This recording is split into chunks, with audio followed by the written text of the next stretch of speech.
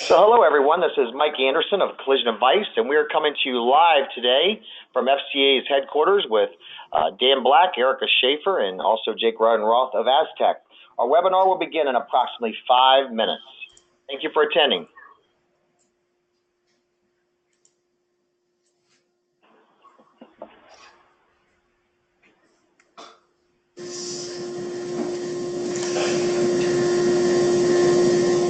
Tracy? Yes, sir. We heard some background noise there. I just want to make sure it wasn't yours. I'm sorry. Yeah. Oh, man. Did y'all hear that, though? The background noise?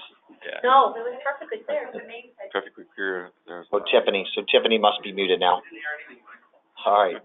That's when Tiffany logged on. I think like here, like. Ladies and gentlemen, this is Mike Anderson of Collision Advice, and we appreciate you attending today's webinar called Learn to Research, Research to Learn. We are going to be coming to you live in approximately 4 minutes from FCA's headquarters with Erica Schaefer and Dan Black of Fiat Chrysler Automotive. So our webinar will begin in approximately 4 minutes. Thank you.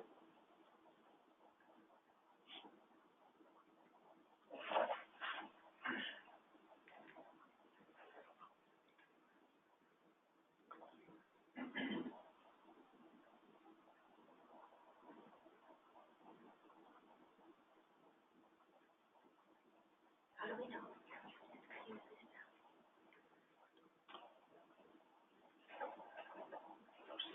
Like watching a donation pool. Yeah, You're no, like- yeah. It's like watching a GoFundMe or something. Yeah, exactly. Remember, guys, everything you're saying is being recorded right now on the webinar.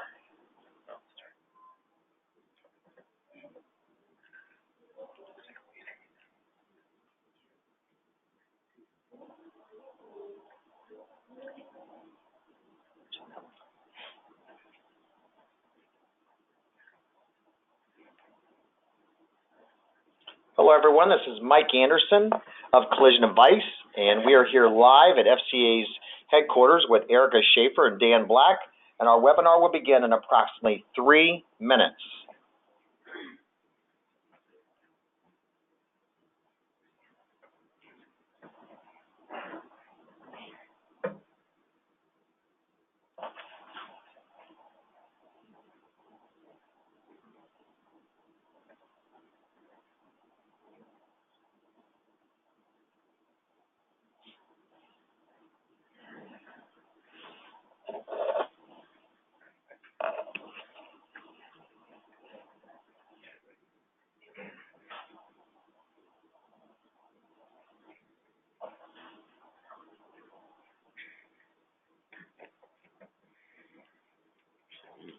There. Welcome to the webinar. You have entered as an attendee in listen-only mode. Yeah, I'm in. I just saw the number go up. Ladies and gentlemen, this is Mike Anderson of Collision Advice, and we are going to be broadcasting live from FCA's headquarters along with Erica Schaefer and Dan Black of FCA. Our webinar will begin in approximately 2 minutes.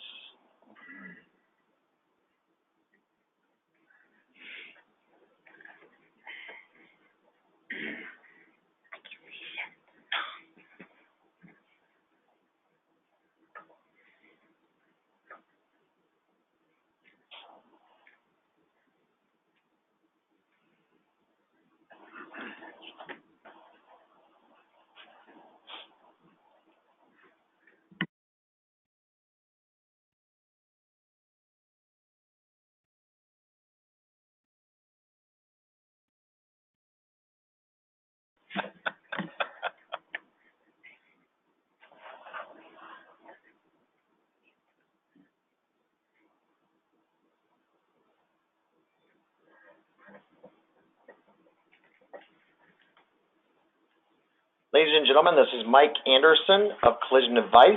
We're going to be broadcasting live from FCA's headquarters along with Erica Schaefer and Dan Black, and our webinar will begin in approximately 30 seconds.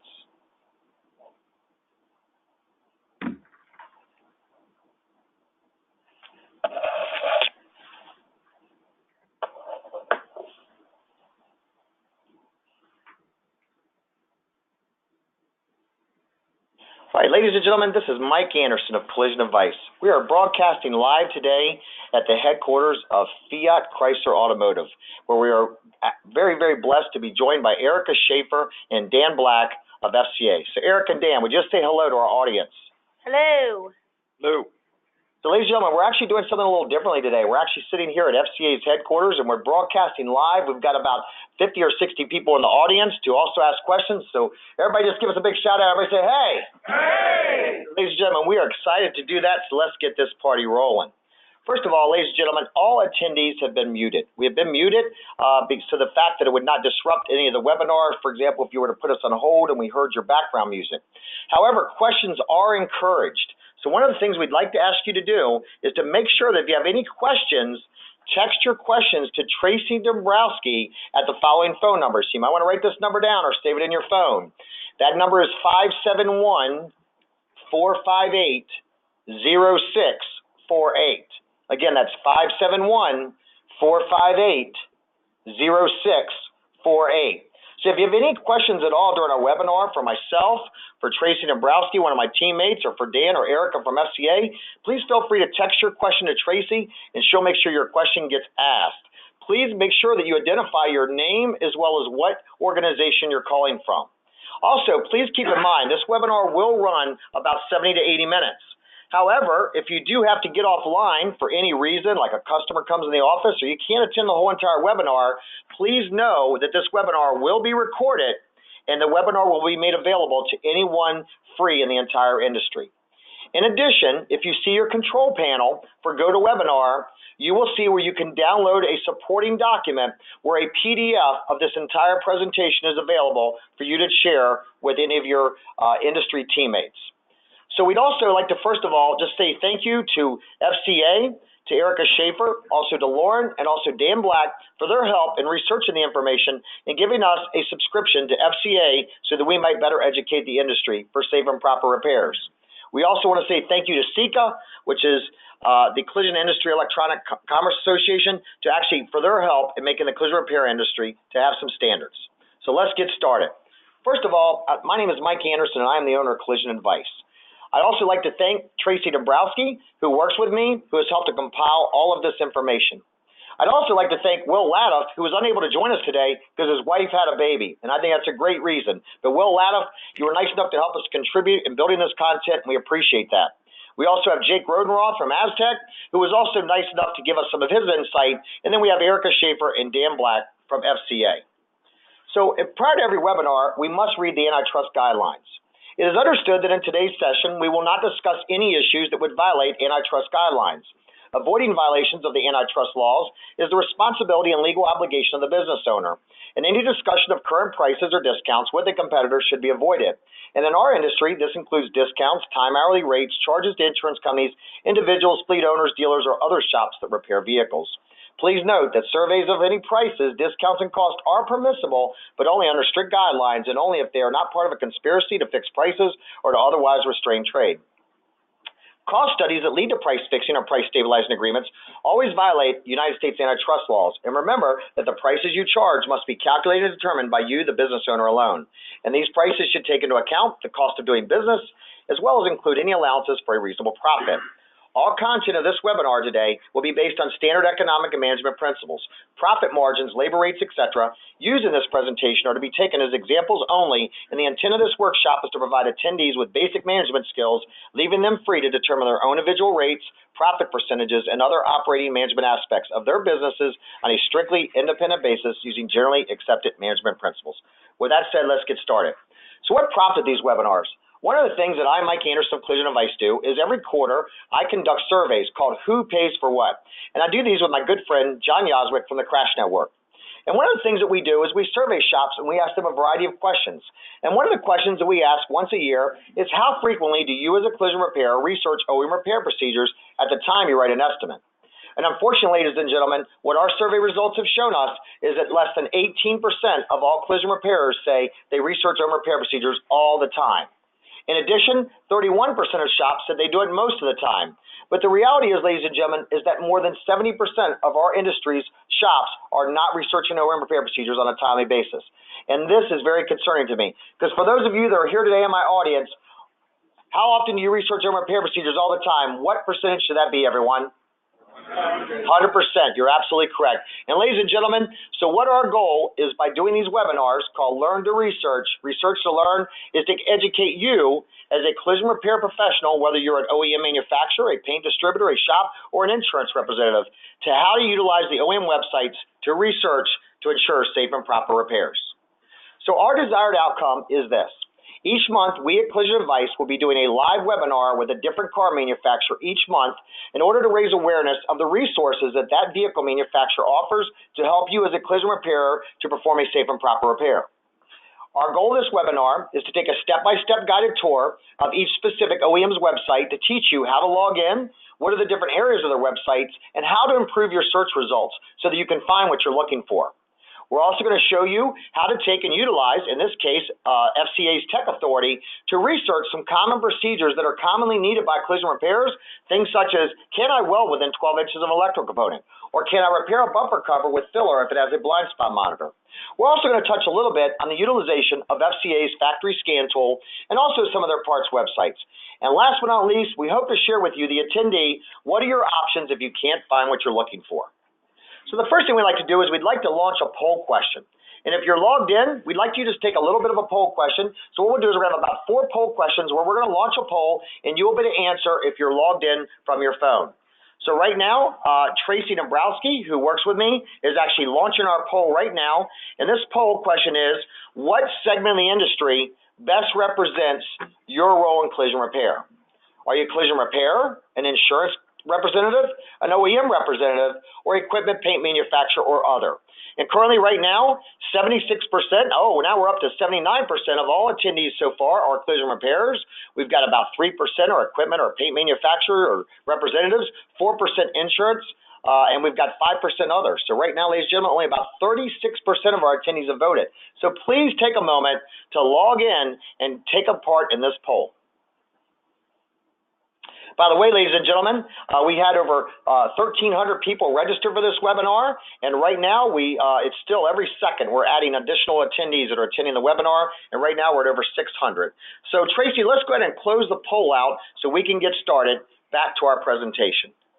So 83% of all attendees right now are collision repair shops, 4% are equipment or paint manufacturers, 3% insurance representatives, 2% OEMs, and 8% other. So Tracy Dombrowski, thanks for launching the poll. So back to our webinar. So how do you access FCA repair procedures? Well, first of all, what we need to understand is that with FCA's repair procedures, whoops, my PowerPoint just quit working, so bear with me one moment while I load this back up. My apologies for the technical difficulties, and hopefully we'll have this launched in just a moment. So again, my apologies. Let's load this back up. And I think it's when we switched over there, so I'm hoping everyone can still see my screen. We'll make sure that we edit this part out before we send the webinar out. So let's go ahead and jump back into this. So first of all, what we're going to talk to you today about is how do you access FCA's repair procedures. First of all, FCA, Fiat Chrysler Automotive, has 2 different websites. This is one of the things I did not learn until recently when I was working with Erica Schaefer from FCA. Now, many of you may be familiar with the free website that is offered through OEM1stop.com or going directly to Mopar Repair Connection. For many years as a collision repairer, I was going to this website directly, but I felt it was a little bit lacking. And that is when Erica Schaefer from FCA educated me that FCA has a free website, which is again through OEM1stop.com or Mopar Repair Connection, but there's also a paid version that is called techauthority.com. We're going to give you an overview of both of those websites today. So first of all, let's talk about the free website. What's available on Mopar Repair Connection? Well, first of all, when you go to Mopar Repair Connection, at the very top left, you're going to see a tab that says Collision. When you select that tab, you're actually able to drop down, and when you drop down, you'll see several different options. 1 is position statements, 2 is publications, repair manuals, and then collision video library. Now, keep in mind, according to Ms. Schaefer from FCA, this site was actually only last updated around 2007, so you may not see all of your newer vehicles on this website, but it still has some great resources, which we're going to share with you now. So now as I go and I click on this, the first thing I'm going to do under my collision tab is I'm going to come to where it says position statements. Everybody say that out loud with me, please. Position statement. And this is where you can find all the official position statements from FCA that actually show us things like their position statement on no repair allowed on carbon fiber, or reconditioned wheels, or scan tool utilization. So this is a great opportunity. Now keep in mind, because this website is so vast, and we only have about 70 minutes, we're not going to be able to touch on everything as in-depthly as we would like. However, we will do is, again, we will make this recording available to you. The second option you will see under the collision tab is something that says publications. Now this tab right here is where FCA provides the official reference guides for how to perform proper body repairs. So one of the things that I liked on here was something they have that's called a paint condition guide. This is where it shows you, like for example, if the clear is delaminating, what caused that? Or if paint is flaking, what caused that? And it's a great guide to use to share with consumers. In addition, it also has some things in there, such as a matrix that shows you at a minimum, if an airbag deploys, these are things that you must replace. In addition, some things you might need to inspect. Now keep in mind, the only really accurate way to determine what needs to be replaced when an airbag deploys is with doing a scan. We'll talk about that later on. But this gives you a matrix that tells you at a minimum, these are the items you need to figure on your estimate. Now, keep in mind, if you have any questions, please text your questions to Tracy at 571-458-0648. Here's another thing that falls under the publication section on this free website is the Sealer and Sound Deadener Repair Guide. It shows you where FCA uses specific seam sealers or sound deadening pads, and what type of seam sealer. Is it brushable seam sealer, flowable seam sealer, self-leveling seam sealer? And what it does is it helps us to identify where these are at so we can make sure we write these accurately on your estimate. Keep in mind, one of the things that we at Collision Advice say is if you want to get paid from an insurer, the first thing you have to do is prove that something's required, and this is a great product. The next thing is we can go under the collision tab and we have something that's called repair manuals. Now this right here is probably the biggest difference you're going to see between the free website and the paid website. And that is that on the free website, while it will give you a vehicle body repair manual, none of the hyperlinks will work, so it's not interactive to other parts of the OEM repair procedures. So quite honestly, while I applaud and appreciate FCA offering this for free, I probably like the paid version better, and I'll show you why, because it's interactive. Now, another tab that you will see here in a collision is where it says Collision Video Library. So one of the things that Eric and I both laughed about is while it says Collision Video Library, not everything under this tab is a video. There's actually only 1 or 2 videos there. However, it does have a lot of great things, such as a document that you can download that talks about the corrosion that is used on FCA parts. In addition, we also have something there under this tab that talks about the Magneti Marelli radiators and AC condensers offered by FCA. So Erica, could you take a moment, or Dan, and share with the attendees on the webinar what FCA has going in regards to your value-added market line of radiators and AC condensers?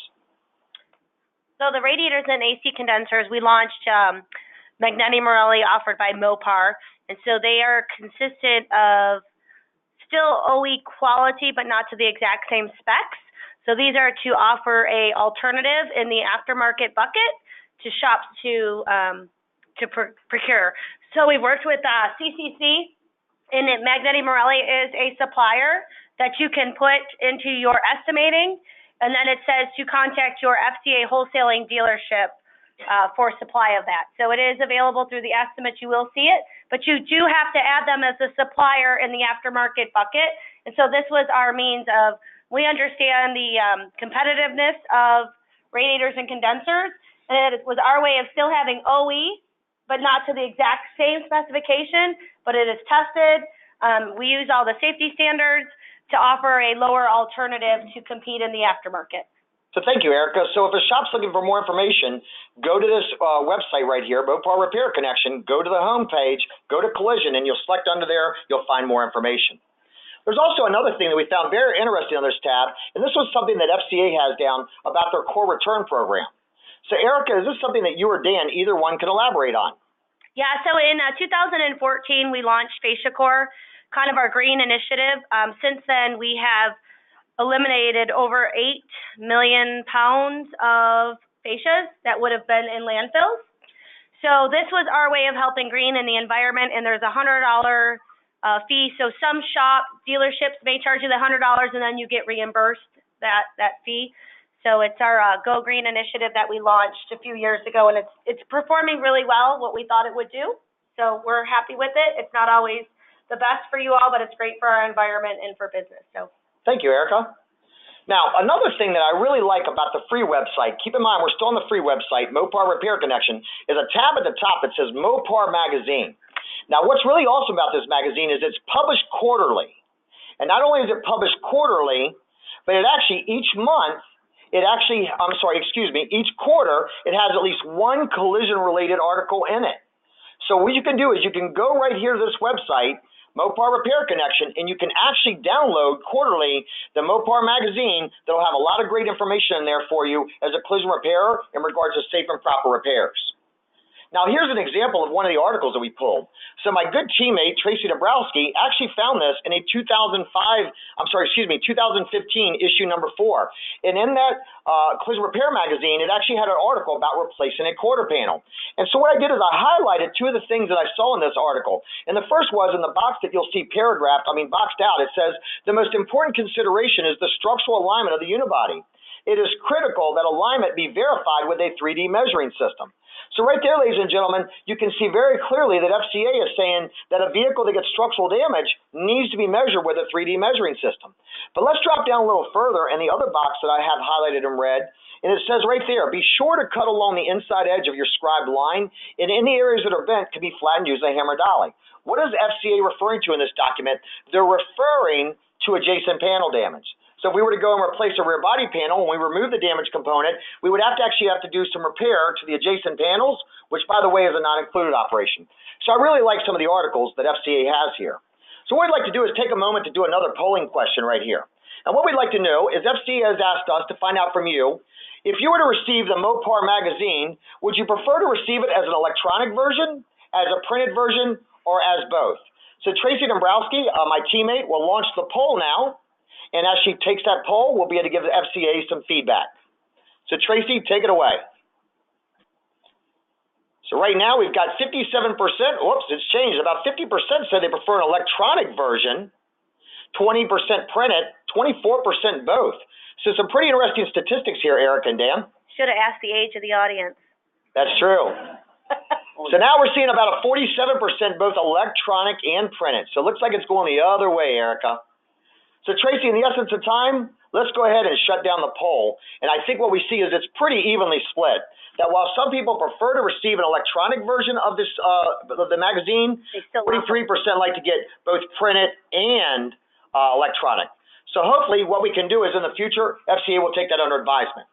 Now I want to share another website with you that FCA makes available to you, and this is again a free website. It's called connectors.dcctools.com. Now, this website was shared to me by my good friend Will Laddiff. And again, a shout out and congratulations to Will Laddiff because he's a new dad. Now, when you go to this website, what it will allow you to do is put in the year and type of vehicle that you're working on that's an FCA vehicle.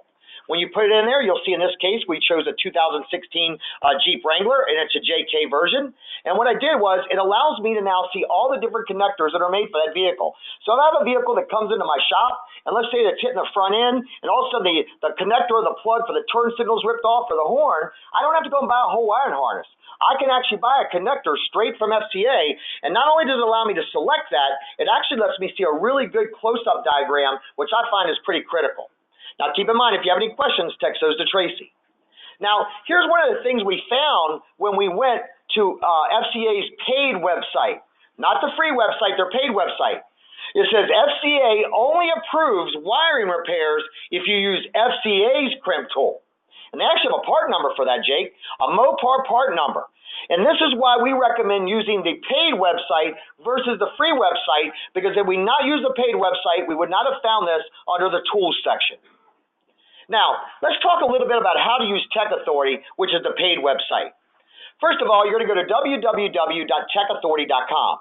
And what you'll do is when you will click on where it says Online Subscriptions, which is in the left-hand column. Now, once I click on Online Subscriptions, it's going to give me some pricing. So let's share the pricing with you because most people ask. A one-day subscription to Tech Authority online is $24.95. You'll see 3-day, 7-day, 30-day, and a 1 year. People quite often ask me, Mike, can I charge for research and home repair procedures?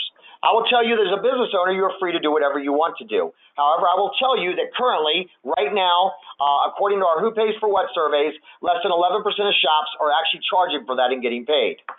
So let's move to our next slide. So once we go to Tech Authority, we will go to where it says log in. So we will actually take and we will log in, and you'll see that's a button up in the upper right-hand corner, a blue option. Now, once I log in, I will actually take and I will put in my email and my password. You'll notice that if you're old like me, it does give you the option that says forgot your password. Now, once I go in, what we like to do is we like to take and put the VIN number in of the vehicle. So you'll see in the top left-hand corner, there's an option for me to put the vehicle VIN number in, right? Or if I don't know the VIN number, I can select the year, make, and model and the engine type of the vehicle, and I can still have access to everything. One of the great things I like about this website is that I don't have to put the complete VIN in. I can only put the last 9 digits in, and it still works for me. But I will tell you, as a little estimating tip, make sure you use dual monitors. You see, the other day I was writing an estimate in CCC1. And when I was writing that estimate, I had my dual monitor up where I had Tech Authority on the other website, on the other monitor. And what I did was able to go over to CCC1 and take and copy my VIN number, go right over to my dual monitor and paste it, and it made it ease of use for me. So I encourage you to use dual monitors. So what we're going to do is put in the vehicle VIN number, and just so you know, once we do that, it's going to give us several tabs. Now, when I go into Tech Authority, which is the paid website, you're going to see several tabs across the top. The first is going to be TSBs, which stands for Technical Service Bulletins or Recalls. That'll have any TSBs or recalls on any vehicle from 1992 to current. The next tab, which you'll see I've highlighted in red, is because this is a tab that you will probably use most commonly as a collision repair, which is the Service Information tab. This provides service information for some 1992 and 1996 to present vehicles. This is how you're going to learn like how to take a door and take it on or put it, take it off or put it on. So this is where you're going to learn like how to R&I things like a fender or a dash or a door. Then we have the wiring tab, the diagnostic tab, the parts tab, and then we have the collision information tab. Now this right here is probably the second tab that I will use the most. And this is where I'm going to find my repairability information. And then we have a tab that's called Tech Tools Link, and this is where it's going to show us information like how to provide vehicle controller reprogramming, and also read some of the data that might be collected through a scan tool. So let's talk, first of all, about the Collision Information tab. This is the tab that you're probably going to use the most, because it provides body repair information for specific vehicles. So you'll see in this case, we're using a VIN number from a 2017 Chrysler Pacifica. So I put the VIN number in, I hit submit, and you'll see that it decoded the VIN, and it shows me that I have a 2017 Chrysler Pacifica, and it tells me the exact engine because it's based off of the build date of the vehicle. Now, once I do this, what I'm going to do is I'm going to hit submit. Now, once I do that, I'm going to go to the right-hand side of the screen, and you're going to see where it says Collision Info. Once I select Collision Info, you're going to see several options pop up on the left side of the screen where it says Updates, Warnings, Standard Procedures, Specifications, and Material Locations. One of the things you're going to see that we're going to look at first is we're going to select the tab that says Warning. Now, when we select this tab called Warning, you'll see there's several other options here, right? This is like a decision tree. We're going to narrow it down. And it says Safety Notice. So one of the things I did was I selected Safety Notice. When I did that, it actually opens up a PDF, which you'll see on the right-hand side of your screen. And then what I did is I scrolled down, and when I scroll down, look at the very bottom of what this says. It says, there are necessary safety factors to follow when working with components made of magnesium. And components made of a combination of materials utilizing magnesium that must be followed. And it says, first of all, do not grind on the component. So therefore, Mr. Dan Black, one of the things that you shared with me recently is that some of the new FCA vehicles actually have some components that are made out of magnesium. And one of those, I believe you told me, was the inner lift gate of a specific vehicle. Is that correct? That's correct. And could you share with us what vehicle was that? Well, it's the inner lift gate of the 2017 Pacifica, the current, as well as the new 2018 Jeep Wrangler that has an a magnesium inner swing gate, and the outer skin's aluminum. So the same design was implemented on the Jeep Wrangler as well as the Pacifica for magnesium usage. So ladies and gentlemen, what we need to clearly understand is that FCA says very clearly here, if that component's damaged, you cannot repair the magnesium, right? So what we need to do is we must replace it. So ladies and gentlemen, if you drop down here, it says, no, due to the usage of magnesium, do not attempt to repair the liftgate inner panel. So ladies and gentlemen, this is one of the things that you will find under the warning tab. Let's see a little bit more what FCA shares with us under this warning tab. And that was, we went under warning and we saw an option that said use of heat during the repair. And you'll see right here that FCA lets us know that they have a no heat recommendation due to the type of materials that they're using. Let's talk a little bit about welding. You know, most all vehicle manufacturers have some type of welding precaution that says no welding within a specific amount of distance of an electrical component. Now, the reason that is because of electromagnetic pulse. Most average car batteries are 12 volts. The average charging system is 11 to 15. And what happens is when you weld with a welder of 220, it sends out something called EMP or electromagnetic pulse. And any electronic component within 12 inches of the vicinity acts like an antenna and will receive that pulse, and it can damage the component. So therefore, we wanted to know, what does Chrysler say about this, or FCA, excuse me. So what we did was we went under collision tab, we went down to where it says restraints warning, and we went in there, we dropped down, and here's what we saw. It says, due to avoid potential physical injury or damage to the sensitive electronic systems, always disconnect and isolate the battery negative cable and the positive cable. So you understand right here that FCA doesn't say just to disconnect one cable, they say to disconnect both. And we drop down here a little bit further, it says whenever a welding process is being formed within 12 inches, or for our Canadian friends, that's 30 centimeters, of an electronic module or wiring harness, then that component should be relocated out of the way. So you will see very clearly here that if you go to replace a quarter panel on an FCA vehicle, it's very important that you remove the airbag out of the headliner area, you set the wiring harness away from the rocker panel area, and you possibly have an airbag sensor located in the lock pillar. Or if you weld a core support in, it's important that you make sure that you remove some of the electrical components that could be attached to the frame rails or the apron areas. So again, what we did is we highlighted this out for you again, and you will see that FCA absolutely says that you must do this. Another thing that FCA had was they had something under the warning section under collision repair that said service after a supplemental restraint system deployment. Now, one of the things I want you to make sure you pay attention out is make sure you're writing down some of these words that we're using.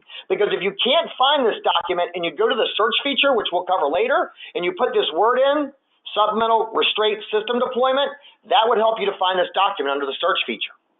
So one of the things we saw here is when we went under the collision repair tab, we dropped down to where it said standard procedure. And you'll see the first option says service after a supplemental restraint system deployment. And what it says right here is it says any vehicle which is to be returned to use following a supplemental restraint system component deployment must, and you notice that FCA uses the word must. I hear a lot of shops saying, I wish the OEMs would use stronger language, not recommended. Well, ladies and gentlemen, I think you see right here, FCA isn't mixing any bones about it. They put down here the worst, must have the deployed restraints replaced. In addition, the following guidelines must be observed. And what did FCA do here? Not only did they use the word must, they capitalized all the letters. And what it does is it goes down here and says following any major vehicle impact damage in the vicinity of an impact sensor, the ORC, it is critical that the mounting surfaces and mounting brackets for the ORC front impact sensors and side impact sensors located within the proximity of the impact damage be closely inspected and restored to their original conditions. So ladies and gentlemen, if we go down here, it tells us there's quite a few things we have to do whether or not the airbag does or does not deploy. And then we scroll down, and here's what else we saw. Note, the following procedure should be performed using a diagnostic scan tool to verify proper supplemental restraint systems. So, I got to tell you, and I don't mean this disrespectfully, I try to avoid my opinions and I try to only inject the facts.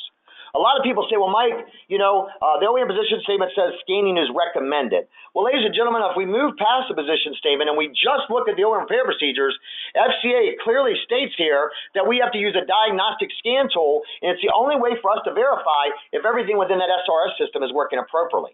And you'll see here in bullet point number 2, it says, be certain that the diagnostic scan tool contains the latest version of the proper diagnostic software. So I want to key on something right here, because people always ask me, Mike, what do you think about aftermarket scan tools? And ladies and gentlemen, one of the things you see right here is it says, be sure that the diagnostic scan tool contains the what, everybody?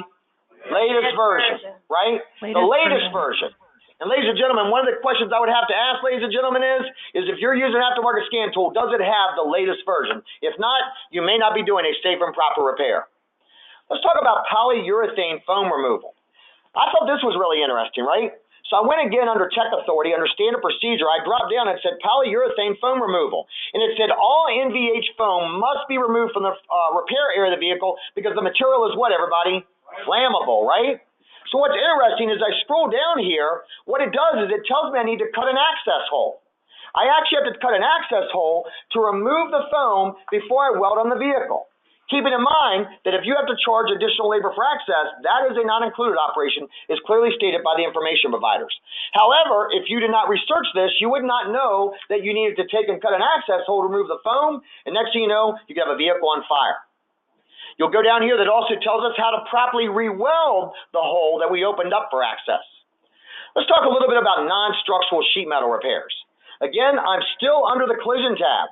Tons of information on this collision tab. We haven't even gotten any other part of the website yet. And that says non-structural sheet metal repair.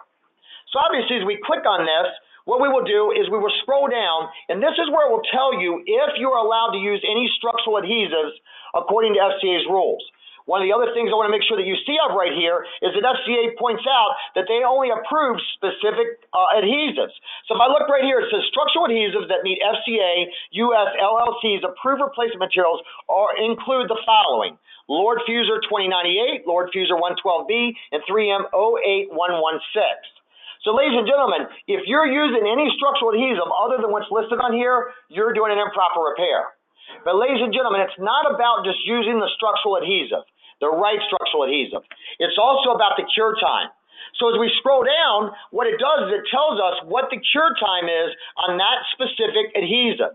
And you'll see right here that it tells you that if you're only going to have the vehicle at 70 degrees Fahrenheit, you need to actually take and let that adhesive cure for 2 hours.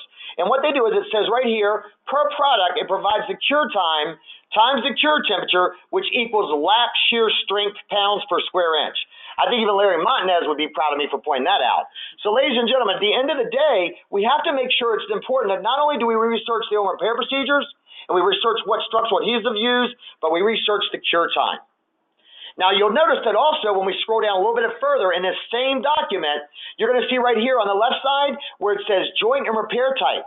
Liftgate inner panel, do not repair. And on the right-hand side, you'll see it has the same verbiage. It's probably hard for you to see on my screen, but on the right-hand side, every one of those words is in blue. When you see blue words in anywhere in Tech Authority, it tells you it's a hyperlink. So if I go and I select those blue words, that is going to hyperlink me to another document within FCA's website. This is one of the differences between the paid website and the free website. Now check this out. I clicked on this link, and I'm going to go back one screen. So it said liftgate inner panel, do not repair. On the right-hand side, it said reference. I selected that because it was in blue, which was a hyperlink, and it took me to this document right here, which says it has an aluminum outer rear gate skin, but it's bonded to a magnesium rear gate inner shell. And what does FCA say about a magnesium, everybody? I cannot do what? Repair it. Ladies and gentlemen, I got to tell you, and I mean this in love, but a lot of collision repair professionals, they confuse magnesium for aluminum. They look at something, they think it's aluminum, it's actually magnesium. So the best way to know, ladies and gentlemen, is to research their own repair procedures. Now, here's what else it says right here. It says appearance. The textured finish differs from a smooth finish typically found on closure panels. But let's go on where it says workability. It says do not grind the material because it is combustible. That means it could create a fire. So ladies and gentlemen, we want to make sure we do not do this, but it also has some paint precautions in here that says you can only scuff it. So again, ladies and gentlemen, make sure we learn to research and research to learn. Again, keep in mind, if you have any questions, please text Tracy Dombrowski at 571-458-0648. Mike, can I Yes, Tracy. Mike, we do have a couple questions. So Mario from Gerber, his question is does FCA have a position statement on flat panel ceiling hemmed panels? So I will defer that to Dan Black or Erica Schaefer. I'm not quite sure if I have clarity on what they mean by that. So because when he receives OEM hoods, they come without any sealant. So it's his understanding he has to replace that, but is there a documentation on that process? Okay, so I think I can answer that. So the answer is there is not a position statement on it. FCA does not have a position statement saying that you need to seam seal a new hood like Toyota does. That's probably what they're referring to. Yeah. However, if you go to FCA's OEM repair procedures, it will quickly and very clearly state in the OEM repair procedures that it is a required operation. And by the way, as to whether that's included or not will vary by estimating system. Mitchell includes the seam sealing of a bolted-on panel in their labor operation times. CCC does not include that, and therefore you could charge for the labor and materials, and then Autotex is the same. Dan, any other comments? Yeah, so whenever you're evaluating a panel, any adhesive you observe on the outer surface should always be referenced in the collision repair manuals because it'll tell you exactly what it is. So in that case, if it's a seam sealer, we call that as the seam sealer. So as you're referencing that document, you always want to store what's there from the original equipment. That's what we're always trying to achieve. So in those instances, if you see the seam sealer on the previous hood, that's what you should restore in the correct location. So if that location is where you see it, that's where you restore it. Don't over repair, but under repair. Just do what you see and what you've observed to the exterior panel. All right. So again, just for clarity, Tracy, and for Mario, thanks for the question. FCA does not have a position statement on it. However, I see Erica Schaefer writing down, so maybe that's something they're going to take under consideration. And last but not least is, though, it is in their OEM repair procedures. So if you go there, you will be able to find that. Do we have another question, Tracy? Yeah, so another question from Dan at Abra was, does Chrysler publish a statement regarding kink steel and how to handle that? So regarding kink steel, if it's kinked, then obviously it's altered the metallurgy of the metal at that point. So in those instances, that portion would need to be sectioned if permissible. It all depends on where the kink is. It depends what type of metal it is, but it's been metal weakened at that point if it's kinked. Yeah, so in essence to the question, if a panel is kinked, which means it's bent at a 45 to 90 degree angle, the panel must be replaced. As to whether a part can be sectioned or not, FCA's position is that you can only section a component if they sell it as a partial component or they have it in writing. Next question, Tracy. Okay, so from Danny Panduro, we have, how do I know if it's best to replace a wiring harness in its entirety or replace multiple connectors that may be available? Is there a certain point that FCA feels it's no longer safe to replace multiple connectors? So, Jake, go ahead and take a stab at that. Yeah, I'll take that one. So, great question, Danny. In addition to the required tooling from Chrysler in regards to the crimp tool, there is also a detailed method for actually connecting the wiring harness. So, in that description, you'll see how many wires you can actually connect before the harness needs to be replaced. And I think we'll be touching on that later on in today's webinar. So, Tracy, can you hold a few more questions, and we'll be back to you in just a few moments. Perfect. Thank you. Thank you. So let's talk a little bit about weld bonding. Again, under the collision tab, you'll see a section under standard procedures that says welding and weld bonding. As we scroll down on this, you'll see something that I found very interesting. It says key points of a welding repair. And you'll see where I've highlighted this in red. It says the number, size, and location of welds should closely duplicate the original assembly.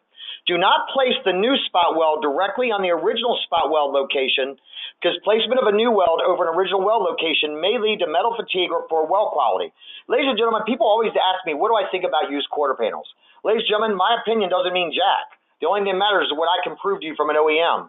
And if you have a used quarter panel, you will be separating that quarter panel using either a, like a drill bit or a sanding belt. And when I sand off the old weld, I will have to go back and weld it in the same exact location as the OEM weld does. And does FCA say I can do that, yes or no?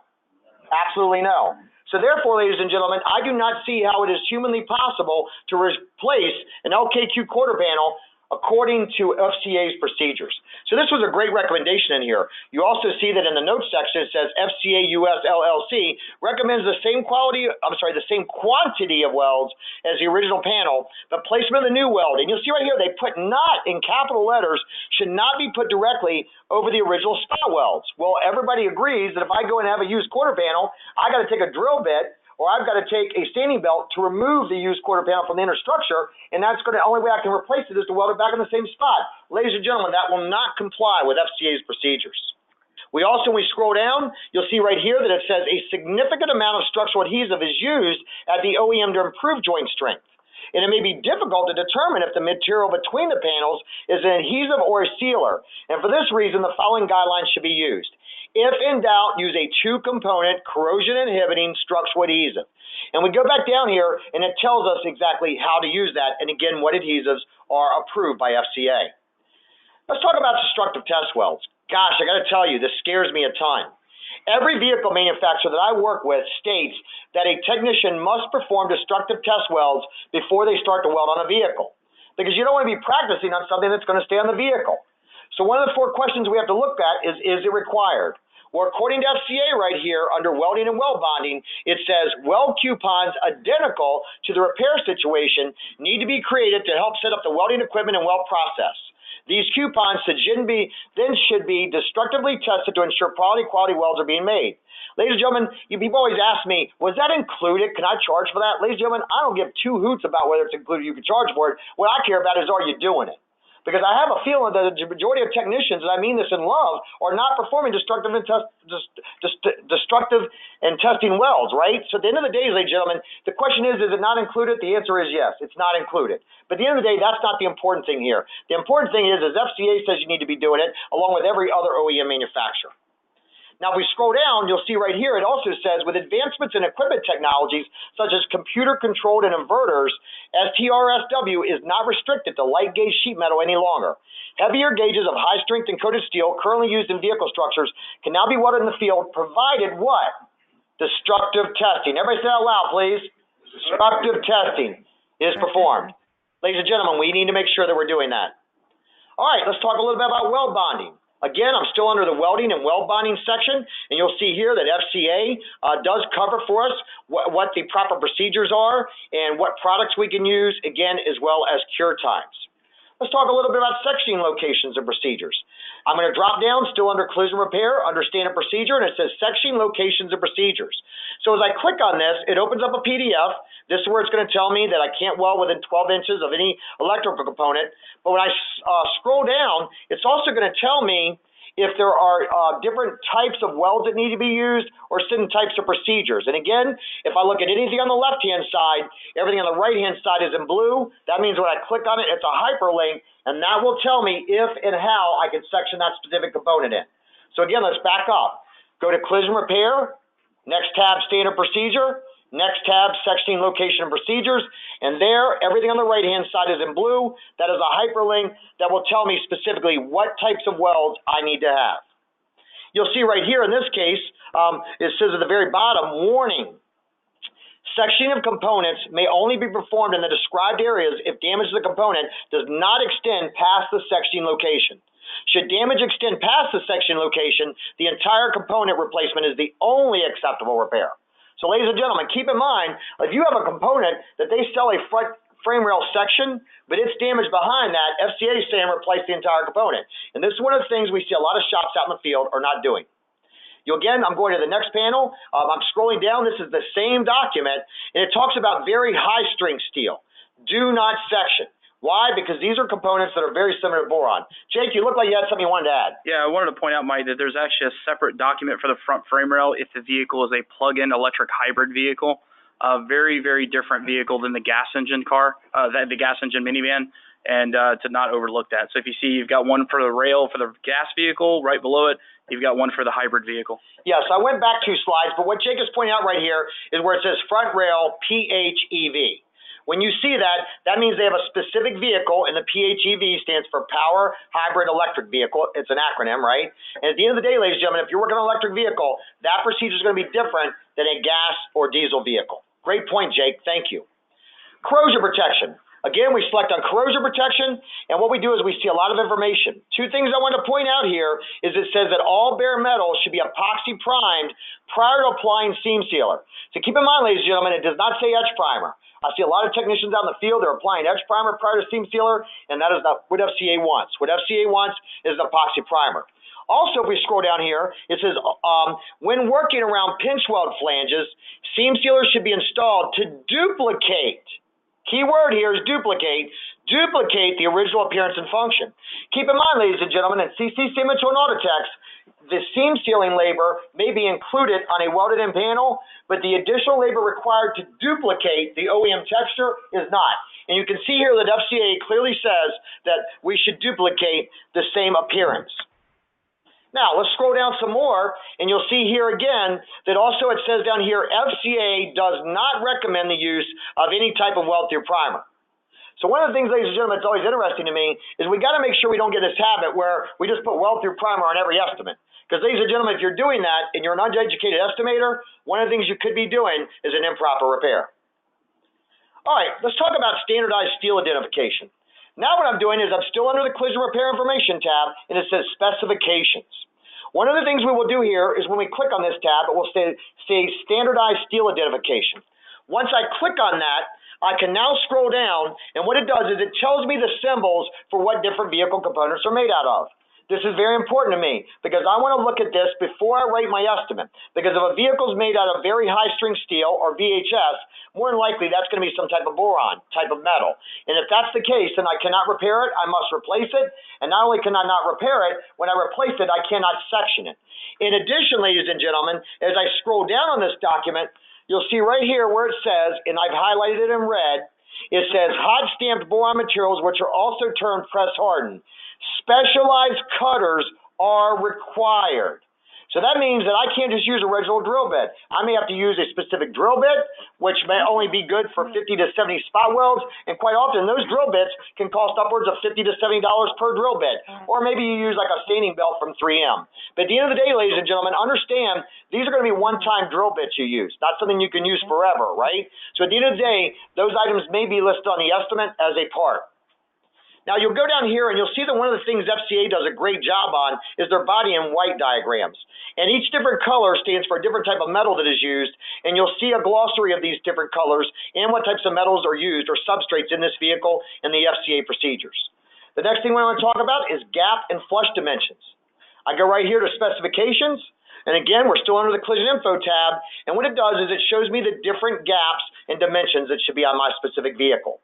Keep in mind that today's vehicles are made to divert the inertia forces away from the occupants. And it's not uncommon today to have a vehicle that has unibody damage, but the gaps all look fine and the doors are open shut great.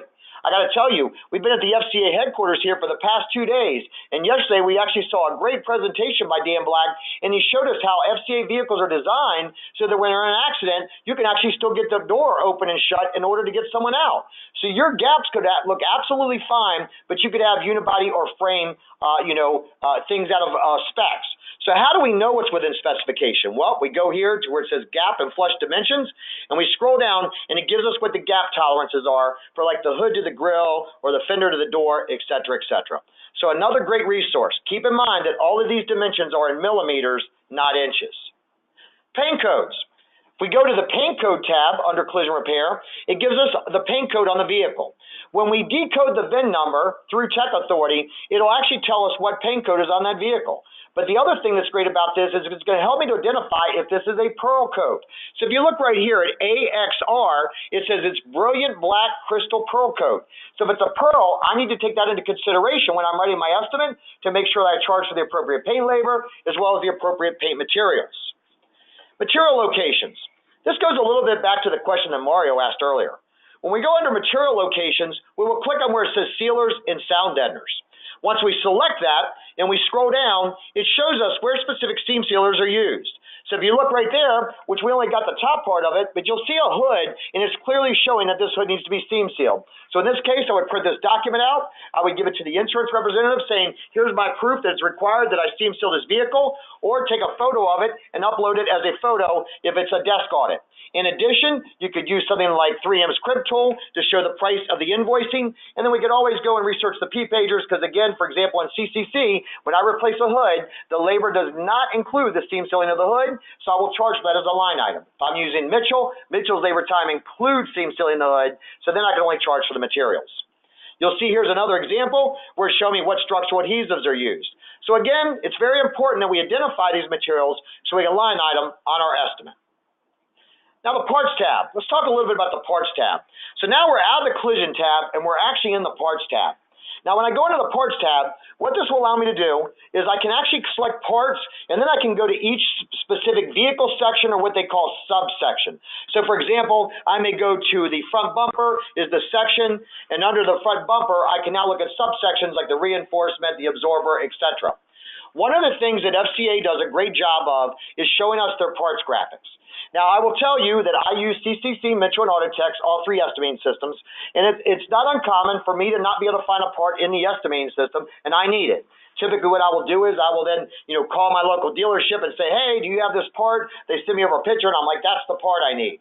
Ladies and gentlemen, again, this is where I like to write an estimate with dual monitors.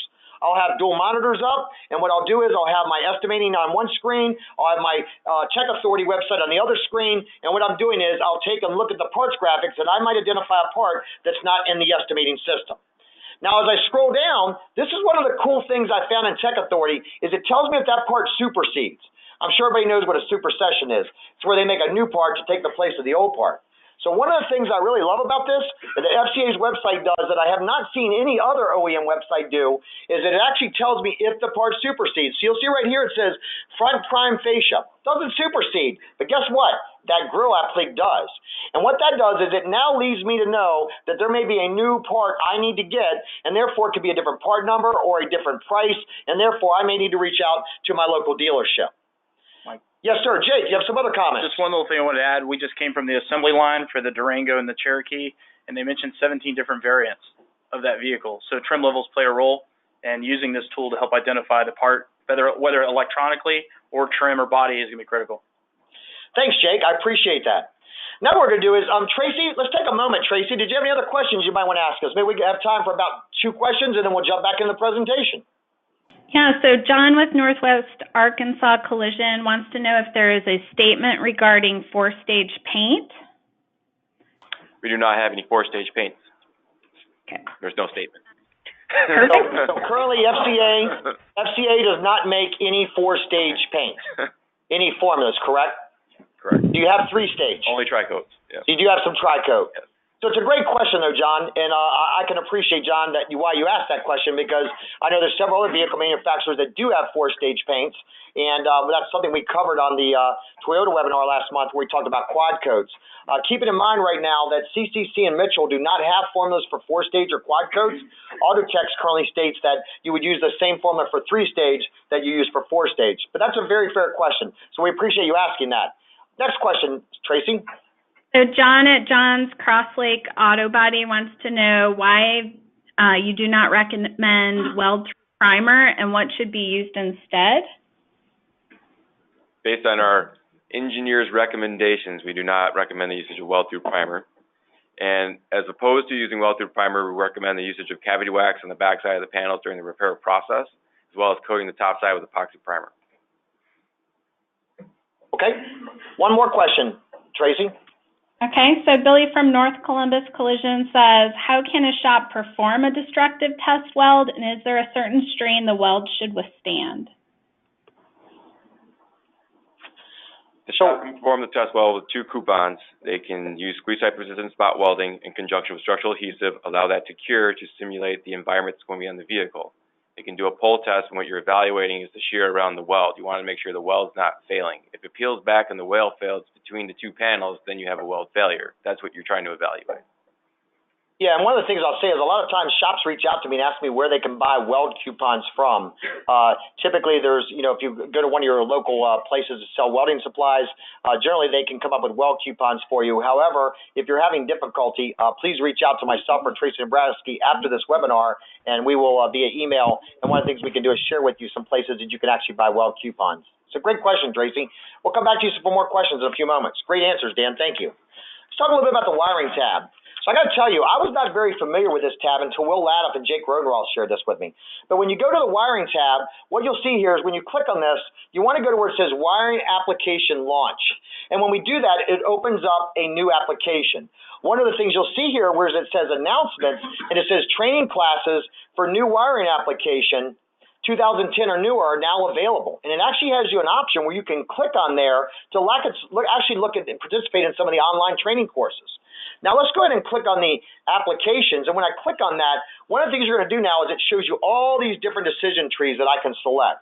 You'll see one of the top things here is it says Call Center Support. Now I really, really like this option. It says the WideCheck Support Center is available at 188-WideCheck-1 to assist with any issues concerning the new wiring diagram application.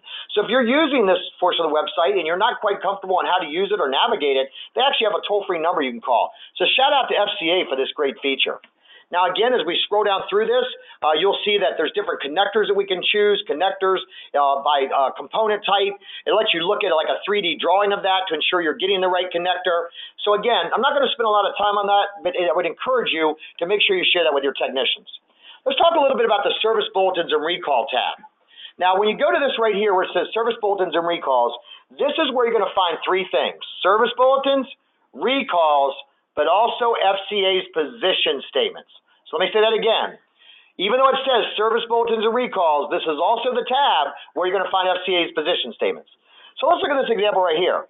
We selected front suspension. When we selected that, it told us that there was a service bulletin on this vehicle. So now I can review that service bulletin to see if it has anything to do in the area that I'm performing a repair on. In addition, I go down to where it says recalls.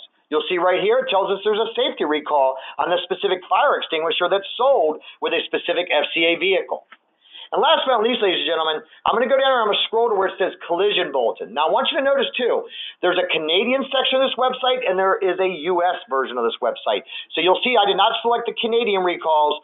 I just went below that and selected collision bulletin. Now, here's the deal. This allows collision repair centers to search also for any service bulletins by vehicle section that specifically relate to that vehicle. So let me say this again, right?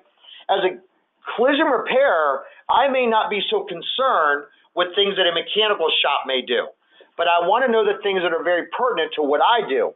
And this, ladies and gentlemen, is where you're going to find the document at from FCA talking about scan tool support before and after a collision repair.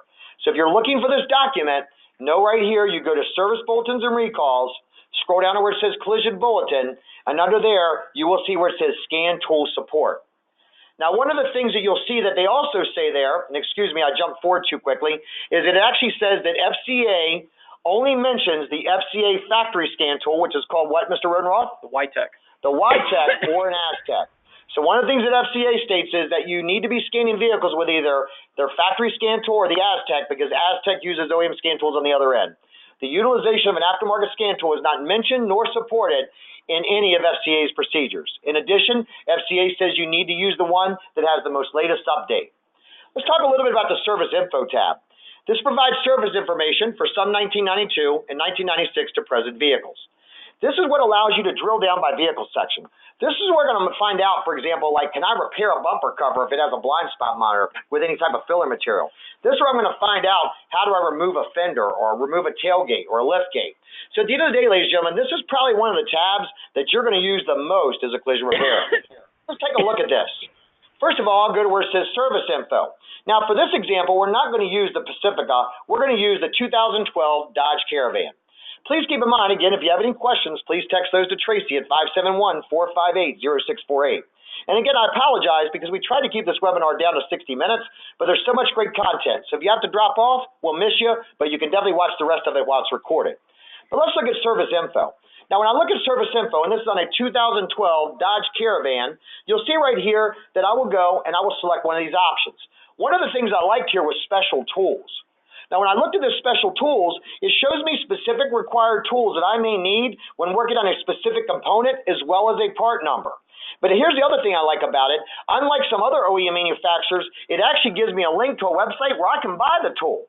Some OEM manufacturers, you have to go through your dealership. Some OEM manufacturers don't make the tools available to you at all. But as an independent collision repairer, it gives you a link that you can actually go and purchase the tool.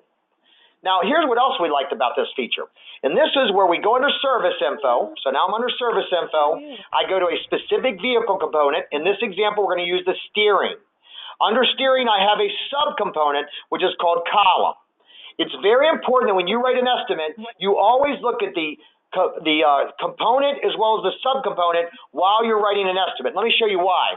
In this example right here, I clicked on steering, we went to subcolumn, and when we did, look what FCA says. It says inspect the column for damage anytime the driver's airbag's deployed. And it tells me how to inspect it. Lower the steering column from its mount and inspect the column collapse feature. If the rearmost rivets have dislodged from the top of the mounting pads, number 2, into the mounting bracket slots, the column what, everybody? Must be replaced. I would love to see FCA do a little test and they find out how many times an airbag was replaced and how many columns they sold. And I believe that we would probably see that that might not look very good. It sure doesn't. And ladies and gentlemen, why is that? It's because us as collision repairers are not researching our repair procedures and inspecting these as we should.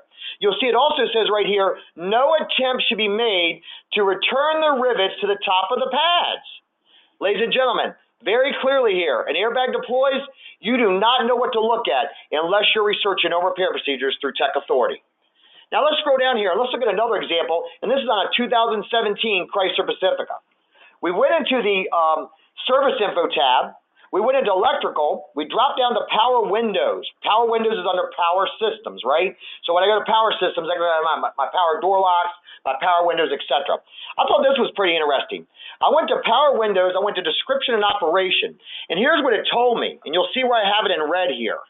It says, if the express closing calibration is lost, the system will self-calibrate itself after the windows are moved up and down 2 cycles.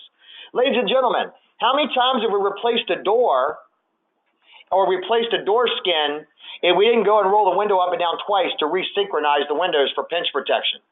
Ladies and gentlemen, this would be a non-included operation. But what happens if you don't do this? The consumer picks it up, and now they have their pet or maybe their child sticks their arm out a window, and all of a sudden now it rolls up on them. All because you didn't research the repair procedures to see how to reinitialize or calibrate the pinch protection feature on this window. So again, we need to make sure if we're removing a power lift gate, a power lock, anything that's power, we need to be researching to see what the calibration procedure is. Now let's talk a little bit about the search tab. For this part, what I'm going to do is I'm going to turn this part over to my one of my teammates, Tracy Dombrowski. And I'll be honest with you, the biggest reason I turn this over to this is because Tracy's done a great job and helped us to build all this content. So Tracy, can you share a little bit with us about the search feature? So the search feature in Tech Authority is really easy to use. What shows here is that it always shows you what the 10 most frequently searched terms are on the site from all users. So you can kind of see there's a list there. Mike, if you go to the next slide. So let me just interrupt. So again, one of the things it shows here is his most popular searches. This is the top 10 things searched by anyone that uses Tech Authority.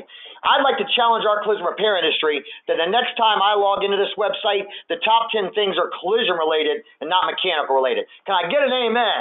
Amen. So ladies and gentlemen, let's go to the next slide, and Tracy, go ahead and take it away. So the search feature uses what's called Boolean string search logic, which means that you can add some additional terms to the search in order to narrow it down and get better search results. So if you have 2 terms that you're looking for and you put and between them, what's going to happen is it's going to pull up items that have both of those terms being searched. So like steering and column. It's going to make sure both of those terms are in the document you pull up. If you put or in between the 2 terms, like steering or column, it's going to look for only one of those terms in each document. So it actually makes your search larger. If you put not in your search, what it does is it will eliminate any documents that have that word in it. So you could do steering but not column, and nothing with the word column would show up. Finally, if you have 2 words that you want to search together, like steering column is one word, you can put quotes around it, and again, it'll only pull up documents that have those 2 words together. But it's really important you capture that last part Tracy said. If you put quotation marks around it, that it only looks for things that have those words together. Does that make sense to everyone? And that'll help narrow it down so you don't get overwhelmed with 132 results. So Tracy, thanks a ton for sharing.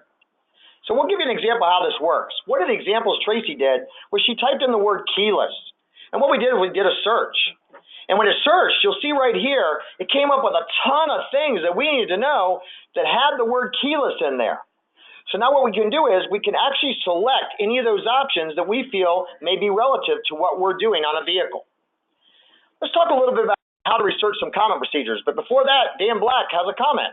Back on the search function, one critical piece that Mike didn't mention, when you go to do your search, please ensure that the vehicle make and model and year are populated in the top. Otherwise, we'll not find content related to that vehicle, and the function will not work. So when you go into Tech Authority, make sure that area is populated. Great. Appreciate that, Dan. Thanks for the insight. Let's go and show you how do we use the search feature to find some things that are very specific to collision repair. First of all, let's talk about battery disconnect. I got to tell you, I learned this from my great friend Jake Rodenroth at Aztec. What I did was I put in the word battery disconnect. And what I did is I searched and look at all these things that came up that said, Mike, here's things you need to know just about battery disconnect.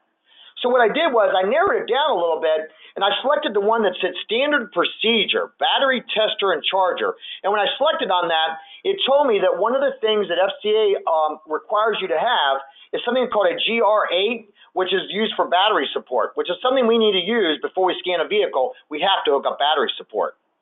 Another thing I did here was, again, you'll see where we selected it, and when we selected it, it came up, and now we see a PDF. And it says right here, always use the Midtronics GR8 instruction manual that was supplied with the tester as a reference.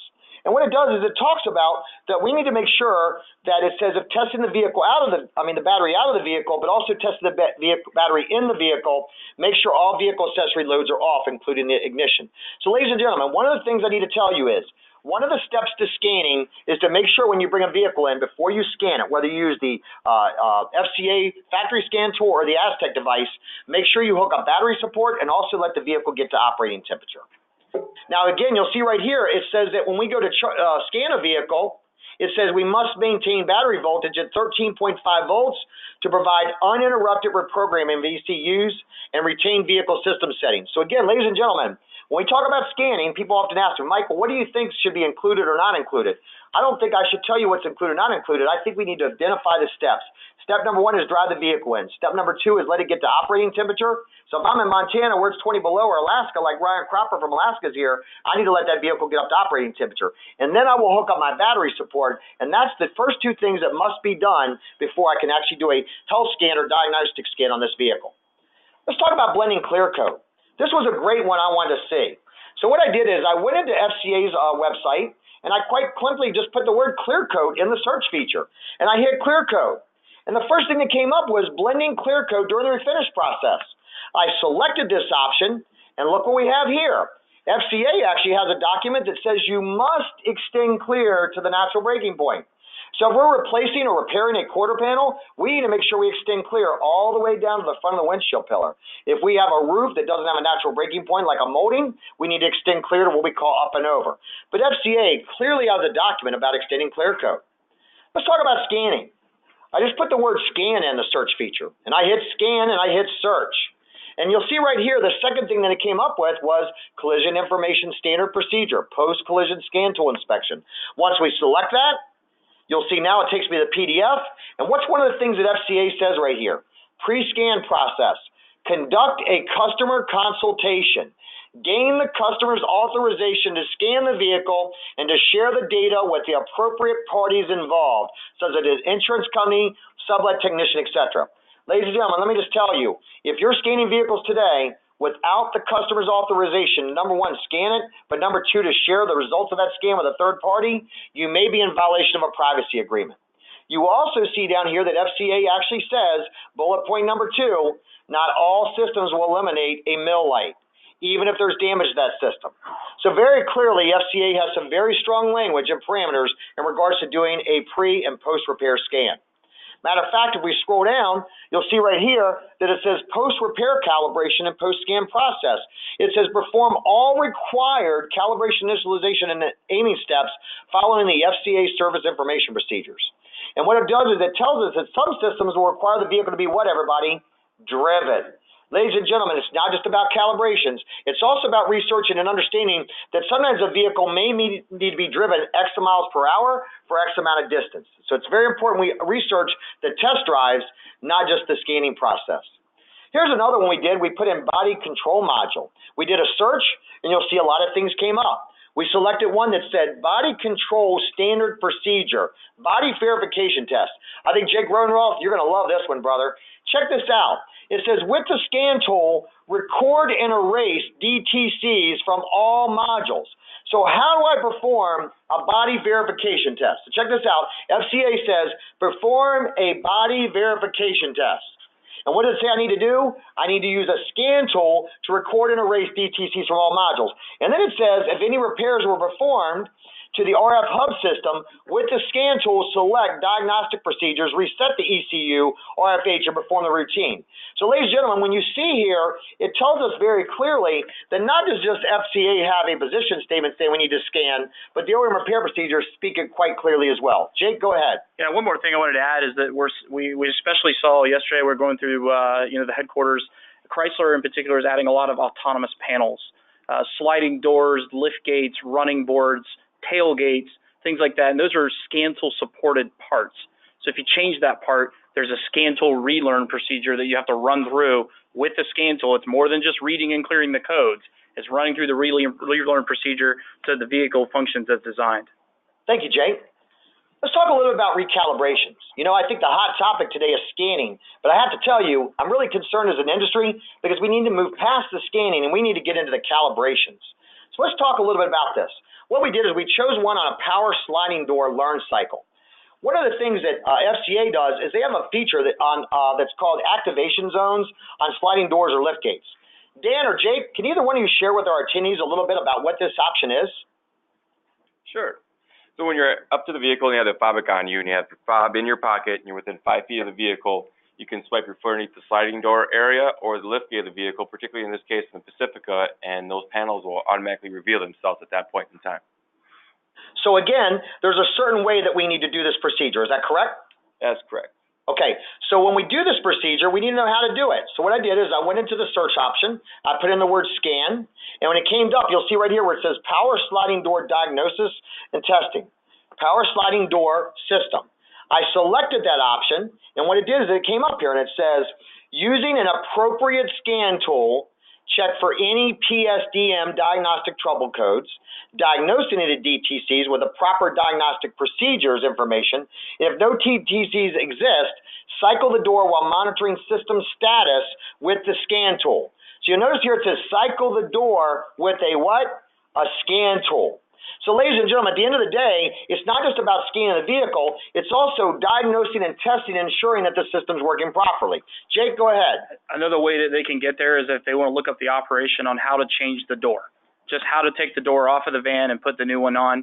You'll also see the hyperlink for the relearn procedure. And from what we learned yesterday, the tightening specifications and gap tolerances play a huge role in the slam test and the doors opening and closing and the wind test and all these other things that we face in collision repair. Yeah, you know what, I'll tell you, for those of you who are attendees, and we're here at the FCA headquarters, and we went through their plant yesterday, one of the things we saw is that when they actually take a hood, they actually take a robot and up and shut that hood. Does anybody remember how many times they do that? They actually open and shut the hood 170 times to ensure that that hood meets the OEM specifications.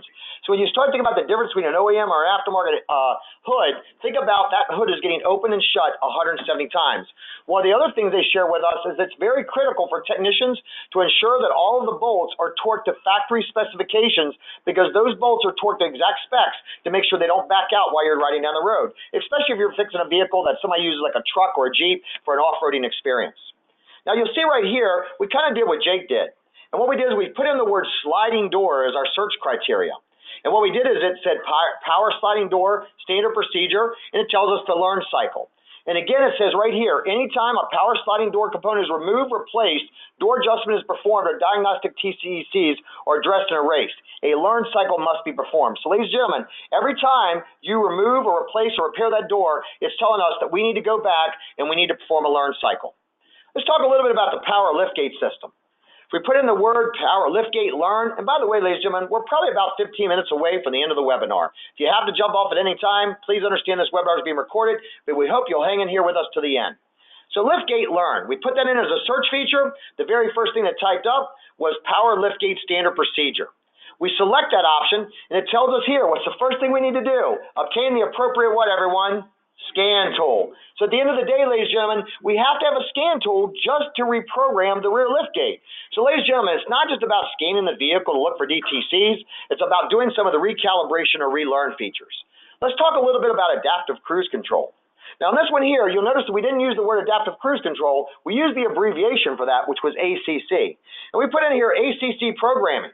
Now I'm going to get ready to show you my absolute favorite feature of the Tech Authority website. You ready, Erica? My favorite feature. And this one here, I put in ACC programming, I select the option, and when it pops up, guess what it does?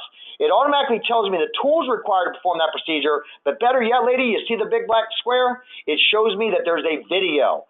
One of the things that FCA does that I absolutely love is they have some videos that are embedded into their OEM repair procedures that teaches me how to use the calibration process. Let me give you a quick example of how this works. This video will provide an overview on performing the alignment procedure for the Adaptive Cruise Control ACC module. Refer to the service manual for the full procedure. Before beginning the procedure, review the service manual for items that need to be verified to ensure the procedure is successful. These include tires properly inflated, no low load in the vehicle except the driver. No accumulations of mud, snow, or ice on the vehicle underbody. Now, ladies and gentlemen, in the essence of time, I'm not going to play the whole video, but I got to tell you, that was one of the most favorite things of mine that I found on the FCA website was they had some videos on how to do these these calibrations. Now, yesterday we were actually in one of the questions and sessions with Dan Black from FCA, and one of the attendees in the audience that's here with us at FCA's headquarters said, "Do you mean to tell me you got to really recalibrate a back seat?" And I said, "Absolutely, yes, I'll cover that today." So let me show you this right here. Power third row seats. I put in the word here, calibration, and what comes up? It says power seats, third row standard procedure, third row power folding seat calibration. And when I select that, what it does is it comes up and it tells me I actually have to use a scan tool to actually calibrate the full recline back and forth. So at the end of the day, ladies and gentlemen, if you are on a seat out of the back of a vehicle, even if it's a back seat in a truck or a back seat in an SUV or a back seat in a van, ladies and gentlemen, you actually got to hook a scan tool up to recalibrate the power seats in the back seat. So at the end of the day, ladies and gentlemen, this is another great operation. Now looking here, this shows you some of the sensors and module locations on a 2017 Chrysler Pacifica. And you'll see, ladies and gentlemen, there's a whole lot more components in this today than what the vehicles are we worked on a year ago or even 5 years ago. So another thing we did is under service info, let's say that, for example, you want to know where the acceleration and pressure sensors are on a 2017 Chrysler Pacifica. Well, in this case, what we did is we actually dropped down, and you'll see that as we select service info, it'll actually show us some more information. Jake, any comments on this? Yeah, I brought this one up because a lot of times we hear from bill payers, well, that the impact of the vehicle or the damage didn't warrant us doing any diagnostics. And this just really is very visual to a bill payer, where it shows sensor map locations of the vehicle being serviced. So if it's hit down the right side, we know we got 4 sensors down the right side, and it's just very visual that shows that point of impact. Appreciate that, Jake. And obviously, you'll see right here, it says recalibration of sensors and modules, and at the very bottom, it says if the WiTech scan tool is not available, it can be obtained through an FCA U.S. dealership center or through a company such as Collision Diagnostic Services, which uses the Aztec. So we're glad to have Jake Roenrold from Aztec with us today. Let's talk a little bit about the WiTech 2 scan tool. Now, this is the factory scan tool that FCA uses. Again, it's very important that you understand that FCA only endorses the utilization of either their factory scan tool or the services of Aztec, because Aztec actually connects to the WiTech at their headquarters in Plano, Texas. One of the things I like about this is they actually have a toll-free number that you can actually call in if you're having any questions in regards to utilizing the WiTech 2 scan tool. There's also a portal where you can actually send in some questions as well. Let's talk about non-reusable parts. Now, while some OEM manufacturers actually have symbols that establish for you what their non-reusable parts are, FCA unfortunately does not have a symbol. However, they do mention it in their OEM repair procedures. They actually absolutely mention it, and they use the word replace or sometimes the word discard. Let's give you an example. This is one where Tracy Dombrowski, my teammate, typed in the word steering knuckle because she was writing an estimate on a Chrysler Pacific that needed a new steering knuckle. You'll see right here it says steering knuckle removal and installation. When she selected that, it said right here, install a new ball joint. So let me clarify this for you. If I go into the parts tab under Tech Authority, while it shows me the parts graphics and what supersedes, it will not tell me which parts are non-reusable. I will only know which parts are non-reusable when I go into the repair procedures. So in this instance right here, it tells me I need to install a new ball joint, but one of the things that they do is they share and they put in bold black letters the word new. You also see right here that it says I need to tighten it to the proper torque specifications, which is something our friend Jake Roenrold mentioned earlier, to ensure that it's a torque to yield, that you'll torque it to specs, maybe in some cases go so many degrees past that to stretch the threads. If you do not, they will not secure and lock it in place. Now, here's another thing I liked about FCA's webinar. It says right here, specifications, ball joint stud pinch bolt. When I looked up this under specifications, it tells me the torque specs. But what you will also see is not only does it tell me the torque specs, it shows me on the right-hand side of the screen, it says do not reuse fastener. So what I would do, if I'm here today and I'm watching this webinar, anytime my technicians have to replace anything that has a nut or bolt on it, I'm going to go to the torque specifications part of Tech Authority, and it's going to identify for me if that part's one-time use. Does that make sense to everyone? Give me an amen. Amen. So let me say this again.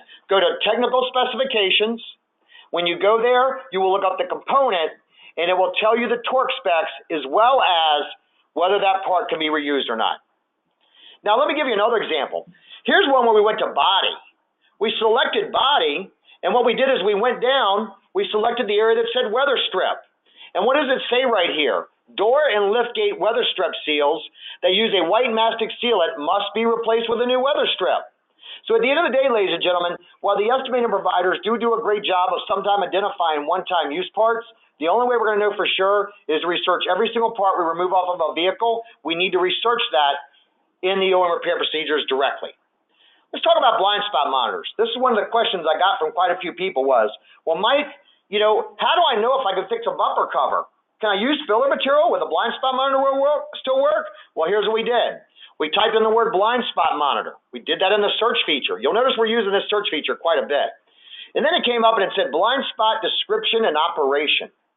Now, when I clicked on that, let's look down here, look at the bottom. It says the BSM, or blind spot monitor display unit, is an integral part of the mirror glass encase unit. The BSM display unit cannot be adjusted or repaired. If the display is damaged or ineffective, the entire mirror glass encase unit must be replaced. Ladies and gentlemen, if you're getting a used mirror and you're attempting to disassemble it in order to refinish the mirror, this could actually cause a problem for you. So, ladies and gentlemen, you might want to research this before you figure a used mirror. Now, let's look at this Jeep Cherokee. Down here, it says on the very bottom of the paragraph, when we researched it through Blind Spot Monitor, it says the blind spot sensors and control circuitry cannot be adjusted or repaired. If a sensor is damaged or ineffective, it must be replaced with a new unit. The sensor module software is flash programmable, and the mounting bracket for each sensor is serviced only as a unit with the rear bumper fascia.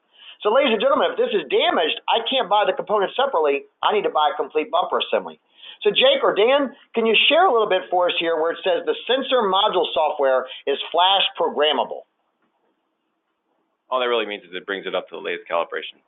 That's what you're really about. So it's self-calibrated. Yeah, you're installing the latest as-built data, right? And I was relieved to see yesterday on the new JL chassis Wrangler and the DT on the truck that they moved the blind spot monitors from the bumper cover to the taillights. So it'll be similar to other manufacturers where they have them in the taillights. Great, appreciate that. Let's talk a little about PHEV. Now, again, this relates to hybrid vehicles, as Jake had shared earlier. We need to understand that the 2017 Chrysler Pacifica is the world's first hybrid minivan. Now, I got to tell you, I got a chance to drive this yesterday, man. I'll tell you what, this thing would definitely go fast, right? It's definitely a go-fast vehicle. And when we drove this vehicle, I was absolutely impressed with the acceleration of this vehicle. By the way, if anybody from McCollum's is listening, don't turn Tiger loose in one of these. All right, let's talk a little bit about some hybrid and EV precautions. So Dan or Jake, can you share a little bit with us about this charging kit and why this is important for a collision repair to know? So it's important that if you're a body shop in a market where you've got a heavy concentration of PHEV or EV vehicles, that you have charging capability at the shop. The last thing you want to do is give a PHEV or an EV back to a soccer mom with a low state of charge. And then she's got to visit a charging station or she has to let the vehicle idle, and it creates an inconvenience and could affect her CSI. Appreciate that, Jake. So make sure we ask the customer when they drop their car off. Now, in this case, you're right here, we went to the search criteria, we put in PHEV power down, and you'll see that it says collision repair information. This is another great way where there's a video. It shows you a video that if you have a hybrid vehicle in, shows your technicians a video on how to power down that hybrid vehicle. And ladies and gentlemen, this is a really important and critical thing to know. This video will demonstrate the procedure to power down the high voltage system on the Pacifica 3.6-liter high. So the essence of time, we're going to move past that. However, ladies and gentlemen, understand the video is in the OEM repair procedures with Tech Authority. It's also very important, ladies and gentlemen, that that's one of the things that differentiates Tech Authority from third-party software that has OEM repair procedures, because those videos will not be available. It's also important that we understand that anytime we're dealing with a hybrid or electric vehicle, make sure you have the right equipment, the right training, and know that your gloves expire every 6 months. Some other precautions is that we need to make sure that we follow FCA's procedures when arming and disarming the high voltage system. One of the things we also learned was you got to make sure you take the key to the office. Jake, can you share with us why that's important? Well, and that's across multiple manufacturers, Mike, because when the intelligent key is near the vehicle, it's letting the vehicle know that the owner is around. And the last thing we want our technicians worrying about is, cooling fans coming on, fuel pumps priming, and things like that. The vehicle is preparing to unlock or even start. So those are the things that we want to make sure that we keep the intelligent key away from the vehicle while it's being serviced. Thank you, Jay. And you'll see right here that when we go and research this in Tech Authority, it says disconnect any charging equipment, which means turn off the ignition. And it says right here, remove the keys. So as we kind of wrap up this webinar in the next 5 minutes, one of the things we want to make sure we made available to anyone in the industry, whether you're a collision repairer, you're an insurance executive, maybe you're a paint manufacturer, equipment distributor that wants to help a shop to do the right thing. What do we do if we can't find what we're looking for? The first thing is understand this. Within Tech Authority, there is a feedback button. So when you're in Tech Authority, if you cannot find what you're looking for, hit the feedback button, or if there's a document that you feel isn't clear enough, and you can provide feedback which goes directly back to Team FCA, and they will work with you to get an answer. The second option is you can contact your local FCA dealer.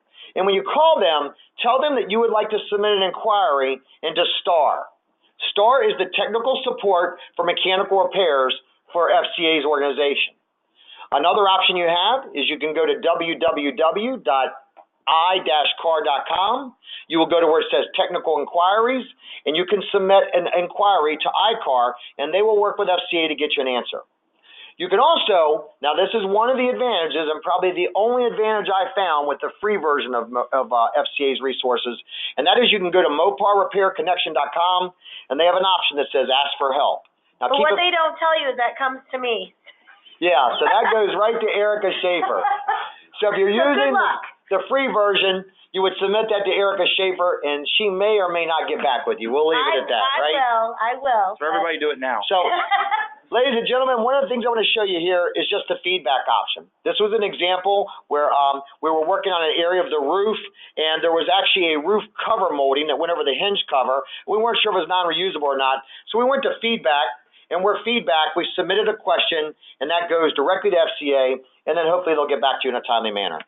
So, ladies and gentlemen, as we try to wrap this up in the next 3 to 4 minutes, one of the things we want to mention to you is our next webinar will be Monday, April 23rd, 2018 at 2 p.m. Eastern Standard Time, and that webinar will feature our friends Justin Miller and Mark Zoba from Nissan and Infiniti. By the way, Mark and Justin, Erica said you ain't got nothing on her. Last but not least, ladies and gentlemen, we hope that you'll attend, and remember, our goal at Collision Advice, as well as FCA, is that you would learn to research and then research to learn how to fix the car properly. Please remember, all of our webinars are recorded and are made available for you for free. So what we'd like to do is we'd like to close out with just 3 quick polling questions, if you'd be so kind. The first is, did you learn something today that you did not know before? So Tracy, could you please launch that polling question? And again, ladies and gentlemen, hang in there with us. In about 2 minutes, we will be done. Did you learn something today that you did not learn before? So currently right now, ladies and gentlemen, 100% of the people so far have said yes. Please, we encourage everyone to do these, take part in these polls. One of the reasons we do this at Collision Advice is we want to work to educate the industry, and your input is important to us. So right now, 26% of the members have voted, 36%. Let's go ahead and shut down that poll, Tracy. So 100% of the people said they've learned something today they did not know before. Our next polling question is as follows. How likely are you to use Tech Authority in the future based on what you learned in this webinar? Very likely, somewhat likely, neutral, somewhat unlikely, or very unlikely. So what we're going to do is, Tracy, would you please go and launch our next polling question? How likely are you to use Tech Authority in the future based on what you saw today in today's webinar? Please make sure everyone votes. This information is very important to FCA.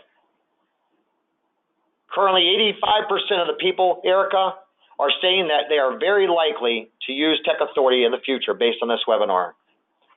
Let's go ahead and close that poll down, Tracy. And let's go ahead and go to our last question, which is, do you plan on attending next month's webinar with Nissan and Infiniti on behalf of Collision Advice? Ladies and gentlemen, it looks like right now, approximately 86% of the people said they would attend next month's webinar. It's kind of concerning to me that 12% of the people said they would not take next month's webinar.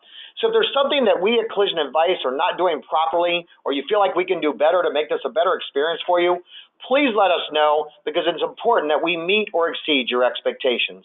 So ladies and gentlemen, on behalf of Collision Advice and Fiat Chrysler Automotive, Eric Schaefer, Dan Black, and Jake Gronroth from Aztec. We appreciate your participation. And please, again, ladies and gentlemen, remember the key is learn to research and research to learn. So Tracy, also thank you for all of your help. And ladies and gentlemen, please reach out to us and we'll make sure you get a copy of the recorded webinar. God bless you and have a great day.